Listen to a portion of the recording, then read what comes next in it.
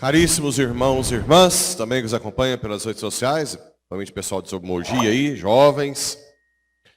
Então, hoje nós temos leituras que falam da lepra. A primeira leitura é do profeta Eliseu curando Naamã, um pagão cheio de lepra, que procurou o profeta, mesmo sendo pagão. E pela fé acabou sendo curado. No início achou ruim de se mergulhar no Jordão. Achava que ele ia pôr a mão, né? Mas depois ele foi convencido, mergulhou 7 vezes, que na Bíblia 7 quer dizer perfeição, e ficou com a pele super limpa, né? Ali já é uma prefiguração. Vocês sabem que a lepra antigamente não tinha cura. A lepra era uma declaração que aquela pessoa tinha que ficar fora para sempre da sociedade. Tanto é que tinha até um sininho, que se eles se aproximassem, ou deveriam ser colocados à distância, ou o povo correr. Era uma condenação para sempre. O que lembra de condenação, afastamento para sempre? O que seria a lepra de hoje? Que afasta para sempre. Pecado mortal. O pecado mortal é a lepra da alma. É uma pena, porque a lepra do corpo é visível para qualquer um. A lepra da alma, não. Muita gente está com a alma leprosa, vestindo de gala, perfumado, no seu carrão, e todo mundo achando que está tudo bem. E a alma está com lepra, né? Então, desde o início, essa lepra é para recordar realmente o pecado mortal. Porque o pecado mortal vai nos afastar de vez da nossa sociedade definitiva, que é o céu. Nós somos concidadãos do céu. Desde o batismo, nós somos concidadãos do céu. Mas é claro que nós não queremos que isso aconteça. E por isso no Evangelho, o leproso chega até Jesus, que é uma audácia. Os leprosos eram bem orientados a não aproximar de ninguém. Rasga o peito, mostra as suas feridas e fala: se queres, podes me purificar. Essa é a postura do pecador. Um pecador tem que reconhecer que erra, que já é difícil hoje em dia, humilhar-se diante de Jesus, expor suas feridas. Quantas e quantas pessoas ainda têm vergonha da confissão? Acham que ali é só humano, e na verdade não é. O sacerdote foi ordenado, porque ali, na hora da confissão, é o próprio Cristo.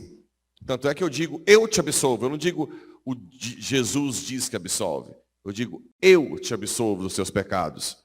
É o contato com Cristo. O sacramento é a continuação de Cristo na história, que é feito através do Espírito Santo. Por isso que eu falo, mandai vosso Espírito Santo sobre esse pão, né, esse vinho. E o pão e o vinho se transformam em Jesus. Então, a missão que Jesus teve na terra é continuada pelo Espírito Santo, fazendo Jesus presente nos sacramentos, em todos os sacramentos, né? Eu já disse uma vez que um padre brasileiro que foi para os Estados Unidos queria batizar, achando bonitinho falar a comunidade te batiza, ao invés de falar eu te batizo, e os batismos foram inválidos. Porque se diz eu te batizo porque é Jesus que batiza. Isso é muito importante. Os sacramentos são coisas belíssimas da nossa igreja. Mas, infelizmente, tem muita gente que ainda tem receio, vergonha. Não importa o que você faça de pecado, que você tenha de vício, não interessa se é sexual, homo, hétero, pornografia, desonestidade de roubo, outro tipo de desonestidade, se já matou alguém. Não interessa. Se você vier com o coração aberto, sempre, e com a decisão de mudar de vida, claro, sempre será perdoado. Sempre. O sacramento da confissão é o único tribunal que você sempre é absolvido. Único. No mundo, né? Não existe um tribunal que você sempre é absolvido. Só na confissão. E mais, te tira a pena eterna do inferno. Só não... Às vezes não é capaz de tirar a pena temporal do purgatório. Mas a pena eterna do inferno, sim. A pena temporal é aquela consequência do pecado. Aquela consequência temporal no tempo. Cada pecado fere tanto a pessoa quanto a sociedade. Né? Cada pecado fere. E isso gera uma consequência social. Essa consequência social se deve pagar com a pena temporal, que é o purgatório, que você pode tirar se você rezar mais nesse mundo, se for caridoso, fizer penitência, ou pelo próprio, ou indulgência plenária, né? E aí você vai tirando a pena temporal. Mas a confissão tem o poder de tirar a pena eterna. Bem, por que muita gente tem vergonha de confessar?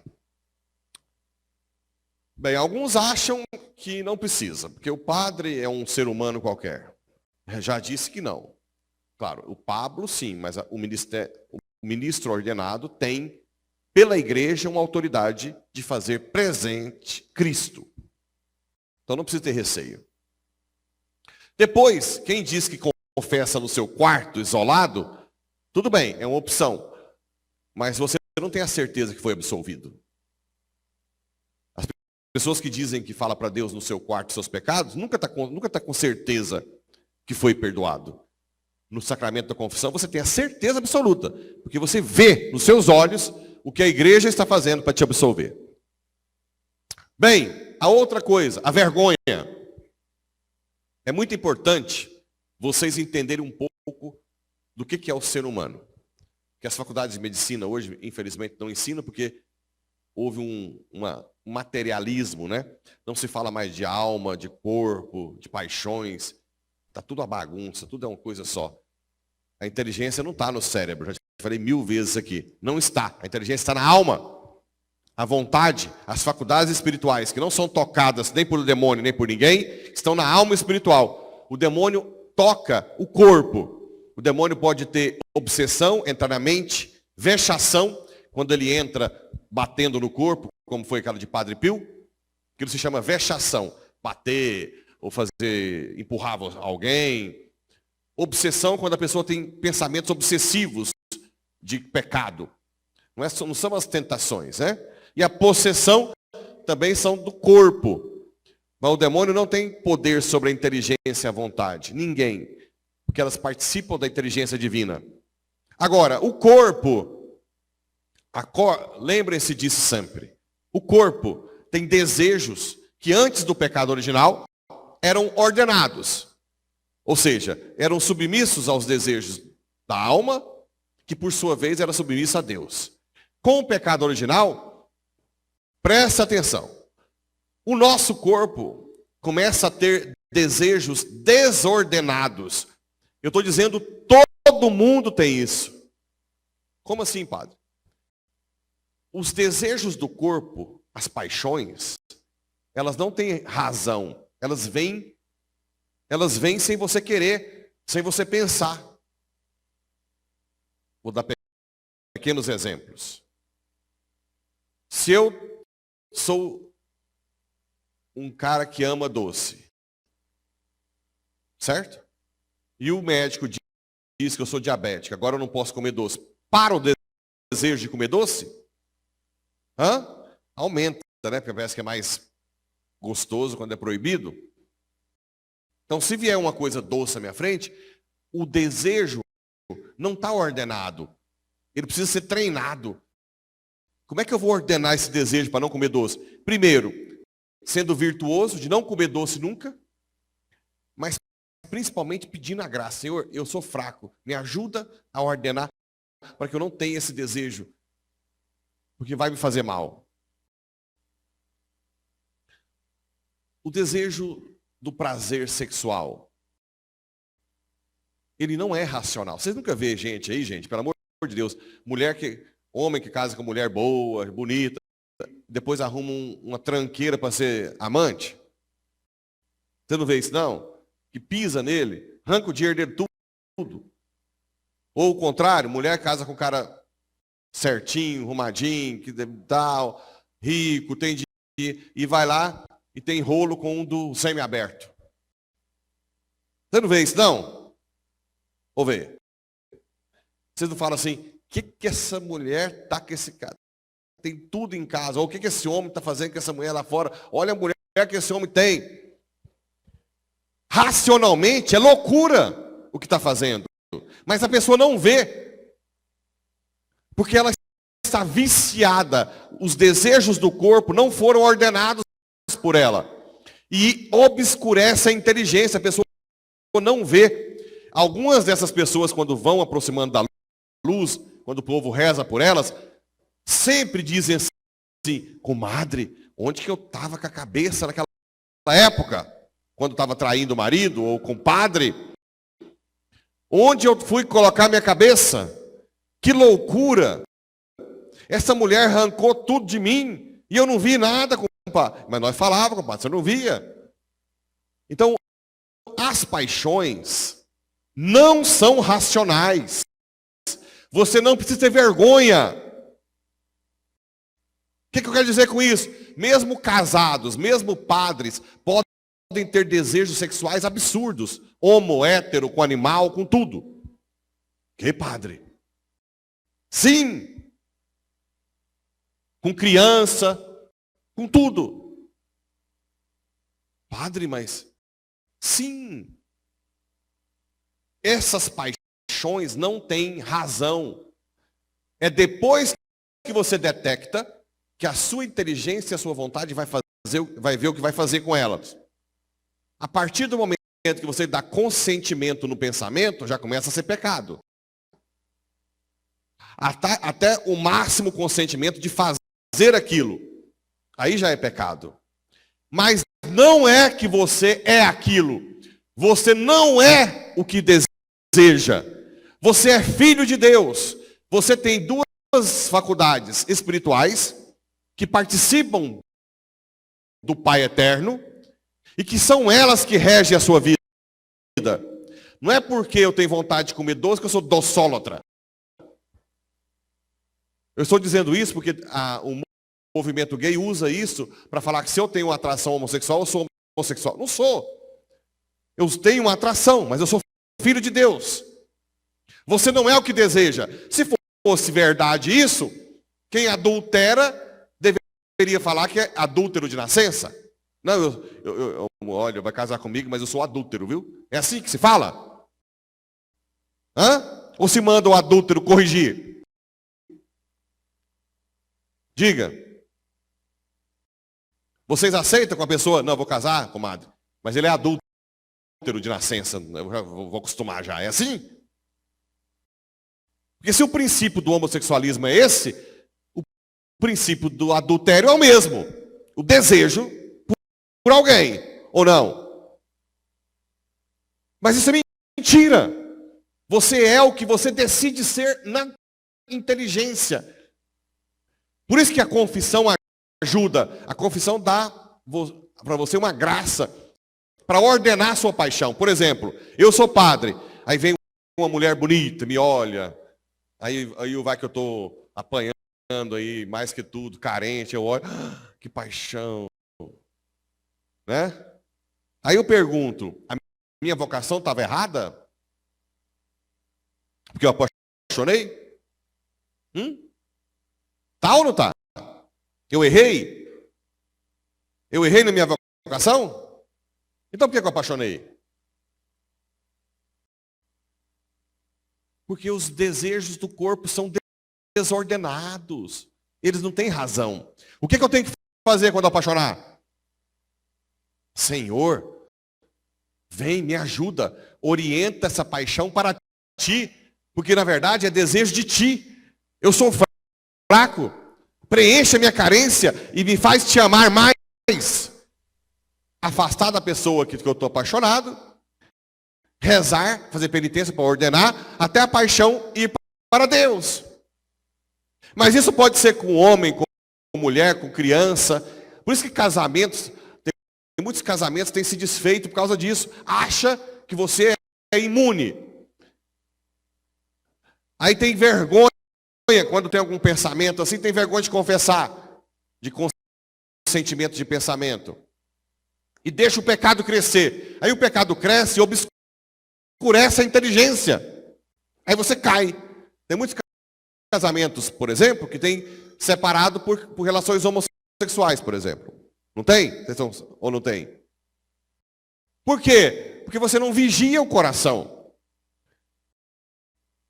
Então não precisa ter vergonha de falar que você tenha... Eu já tive gente que fala que teve atração por animal, por homem, por mulher, por criança. Numa só confissão.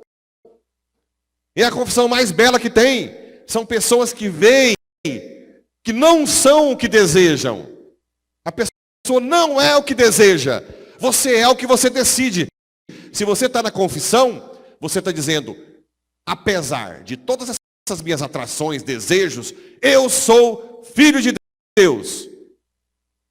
Eu vou viver a minha santidade, com desejo ou não.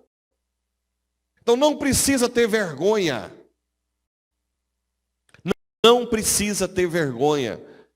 Eu já sei que os seus desejos, as suas paixões, não são vontade própria de vocês. Não tenham medo. E nem tenham orgulho de não se confessar. Confessem o mais rápido possível. Arranca. Outra coisa, é normal que você caia mais de uma vez frequentemente por um tempo. Porque você está viciado naquilo. Então, confesse frequentemente. Eu estou com vergonha de novo aqui para a mesma coisa. Não interessa. Só não pode brincar com a confissão, claro, né? Mas se você tem consciência que você está lutando, pode confessar frequentemente o mesmo pecado. Se caiu. Não tem problema. Então, acordem. Tudo que se fala contra a confissão é satânico. É para estimular um orgulho, vaidade. Na verdade, nós todos temos paixões desordenadas, que só vão ser ordenadas quando nós morrermos totalmente. Sempre. Veja os santos que tinham tentações enormes. Santa Gertrudes tinha, parece, na hora que ela ia rezar, pensamentos sexuais o tempo inteiro. Teve um dia que ela passou com esses pensamentos o dia inteiro. Aí no outro dia apareceu Jesus lá. E ela disse, Senhor, onde estavas tu ontem? E ele disse, dentro de você. Dentro de mim? Com tantos pensamentos impuros? Sim, minha filha, porque eu te quero humilde, muito humilde. E às vezes Deus permite pela humildade. É muito comum pessoas santas que vão rezar e começam a ter pensamentos sexuais. Muito comum. Por dois motivos. Pelas paixões desordenadas, mas porque o demônio tem poder no corpo. A imaginação fica onde? Onde? No cérebro. Memória e imaginação é no cérebro. A inteligência não. A inteligência o demônio não toca. Tanto é que quando você tem possessão, quem já acompanhou exorcismo, quando é uma possessão grave, a pessoa perde a consciência, não é? Ele rompe o contato da inteligência com a memória. Se você levantar o olho da pessoa, está tudo virado assim. E ela não lembra de nada. Nada. Depois que acontece. Porque ele domina a imaginação e a memória. E a inteligência não consegue acessar mais ali. Mas ele age no corpo. Ele não tem poder sobre a alma espiritual. Então é muito importante vocês entenderem um pouco o que é o pecado. Entenderem um pouco. Para que não tenham vergonha de se confessar. Não tem nada a ver você desejar algo, você ser aquilo que deseja. Você não é o que você deseja. Tenham total liberdade na confissão. Rasgue o peito. Entregue a sua vida. Fala o que você sentiu do início ao fim. Sem medo, sem receio. Eu já sei que esses pensamentos podem vir. Assim como vontade de matar alguém. Tanta coisa. Vai falar que ninguém quis matar alguém aqui. Ninguém. Tem alguém que nunca quis matar ninguém? Esganar assim? Tem? Nossa, vocês são santos mesmo.